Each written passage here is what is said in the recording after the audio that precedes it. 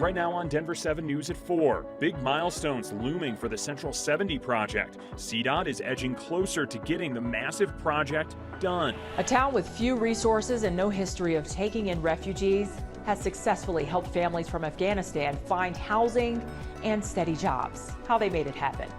Plus, careers in STEM are well paying, but the schooling can be expensive. How one town is making that education more accessible with some creativity. And we'll introduce you to a Colorado group helping others work through the despair and trauma they're feeling after recent mass shootings. Anytime a shooting happens, you flash back to the news, to the funeral. Thanks so much for joining us. I'm Jason Grenauer. The families of some of those killed in the Uvalde, Texas and Buffalo, New York mass shootings will have their voices heard before Congress next week. 10 people were killed in a race-motivated mass shooting at a Buffalo supermarket on May 24th. 10 days later, 19 students, children, and 2 teachers were killed in the shooting at Robb Elementary School in Uvalde. The House Oversight Committee is launching an investigation into 5 of the leading manufacturers of semi-automatic weapons used in those and other recent mass shootings. Survivors of those attacks have also been invited to speak. And in Texas today, a state senator said the agency investigating the Uvalde school shooting has determined the school district police chief was not carrying a radio as that massacre unfolded. Chief Pete Arredondo has come under criticism for the slow response to that shooting. This week, those in Uvalde have been preparing to lay victims of last week's school shooting to rest. During some of the most heart-wrenching moments of the grieving process, Jesse Cohen shows us how a local Texas company is bringing comfort to loved ones in a unique way. Grief has no boundaries. It has no timeline, no script. And no one knows that better than Trey Ganem. Because you never know. And being in this business and what we do, and we do this daily. We do 2 to 3 kids a week on average, and it's just, I never knew that that many kids passed away. Here at Soulshine Industries, he knows he can't heal families, but he can provide them with a glimpse of positivity during their most heart-wrenching times. That's why he's brought his skills to Uvalde, Texas. Out of respect for the families, Soulshine Industries asked us not to show the kids' caskets. 19 of them were built in this Texas workshop, then brought to the victims' families for free. Like others displayed in their shop, each casket is custom, hand-painted. They were created after meeting with families, so special quotes, designs, and interests were incorporated. Being in my backyard, that really resonated with me. And not only that, senselessness of this was just ridiculous. We're so close to Uvalde, and I'm from a small town, so this could have happened anywhere. Trey's son Billy is one of the first sets of hands behind each piece of art. It never gets easier, that's for sure. Constantly reminding himself of why his work matters. And to see how much it actually helps a family is all I needed. Because if you could see their face when we show up with the casket, it changes your whole dynamic. Washington, California, Louisiana, Florida, people have called me and they said, you give us hope. These kids, who were simply just that, kids, get to be seen as so because of these creations. Kids' caskets, they're always so bright and beautiful, and they're super colorful. We make them shape them into cars, boats, done some really cool, like, Batman stuff. And that casket is telling the story for the person that can't anymore. Times are changing, we change with the times. Just like you buy a vehicle and put wheels on it, or, you get a phone, you put a cool phone case on it. You make it yours. Each casket brings up special conversations. Dad likes to call it the campfire stories. You get to bring back a lot of memories and celebrate that person's life. But then they'll start telling you stories about the quirkiness or the passion that they had for wanting to become, something later in life. What was his favorite color?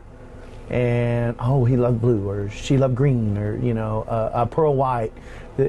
I see a little bit of spark when they start to do this. That little light shining through their darkness, comforts grieving families. What we do is celebrate life here, and that's that's the best thing that we can do. In Edna, Texas, I'm Jessie Cohen reporting. Mass shootings leave a collective sense of despair and trauma, and one Colorado group is trying to address those feelings that we're all experiencing.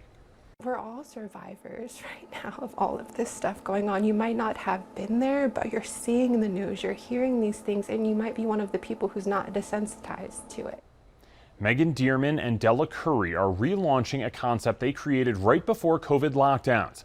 The nonprofit is called the Colorado Resilient Life Center. They hope to offer care and healing programs, classes, and counseling events. All would be free of charge with mental health in mind. While state legislators continue to discuss gun reform, multiple cities are taking matters into their own hands to try to speed up the process. The city of Boulder, Louisville, Superior, and Lafayette will be considering several gun ordinances for final passage next Tuesday. Those ordinances include banning the sale and possession of assault weapons, banning magazines that contain more than 10 bullets, raising the age for firearm purchases from 18 to 21, outlawing open and concealed carry in sensitive places like hospitals and schools and places of worship, instituting a 10-day waiting period to purchase a rifle or a gun, outlawing ghost guns, guns that have no serial numbers and that are untraceable. City of Boulder Mayor Aaron Brockett says the move is not to impose gun control, but rather protect the community. None of these measures would take away people's guns, and none of them would prevent someone from owning a gun, having it at home, and using it for sport or home protection or what have you. They're just common sense measures to prevent some of the worst gun violence that we've been seeing in our society in recent years. Well, coming up a little later on Denver 7 News at 6, why these cities believe their move may motivate the state to take broader action. Well, it was a who's who of Colorado conservative voices today at the Gaylord of the Rockies. The annual Western Conservative Summit is taking place there over the next few days. Today's event featured a candidate forum with Representatives Ron Hanks and Joe O'Dea. The two will square off in a primary race for U.S. Senate. The winner will take on Senator Michael Bennet for his seat in the general election. At the forum today, the two talked about their service and priorities. However, the starkest difference between the two is their views on election integrity. Hanks has been one of the loudest voices in the state criticizing the 2020 election results. Well, it's been 4 years since ground was broken, but big changes are coming to the Central 70 project over the next couple of months. On Monday, the westbound express lanes will be open, but the bigger news is that the traffic switch into the eastbound tunnel will happen next month. And earlier this week, crews poured the deck for the New York Street Bridge, the last deck pour of that project. So we did remove and replace several bridges along the I-70 corridor between Brighton Boulevard and Chambers Road. So this is another huge milestone to be pouring that bridge deck, opening that local road. But yeah, making great progress on all of those local roads that are above the interstate. Now, I mentioned the westbound express lanes will open Monday. The eastbound express lanes will open in a couple of weeks. You will be able to use both for free for a little while before they start charging tolls. Federal health officials are focusing on the community level to stop the spread of monkeypox. The CDC now reporting more than 20 cases in the U.S. They say most of those people have traveled internationally and are men who have sex with men. That's one reason health officials say they're working to raise awareness in the LGBTQ community. They're also focusing on places where cases are already confirmed, encouraging people who have been in close contact with a monkeypox patient to get both tested and vaccinated. We're now 100 days into Russia's war in Ukraine, and it's hard to know exactly how many people have died so far. But Ukrainian President Volodymyr Zelensky says as many as 100 soldiers are dying every day, and tens of thousands of civilians have lost their lives so far. Russia hasn't reported any numbers in 2 months. They say about 1,300 of their soldiers have been killed, but outside observers believe the numbers are much higher. Well, many students enter the real world without ever learning about how to manage their money. The place is now working to implement financial literacy into the education system, and why some schools are pushing back. In the Scripps National Spelling Bee, it came down to a spell off, and our favorite speller from Aurora was right there in the middle of it. How he did and his big plans for next year when Denver 7 News at 4 returns.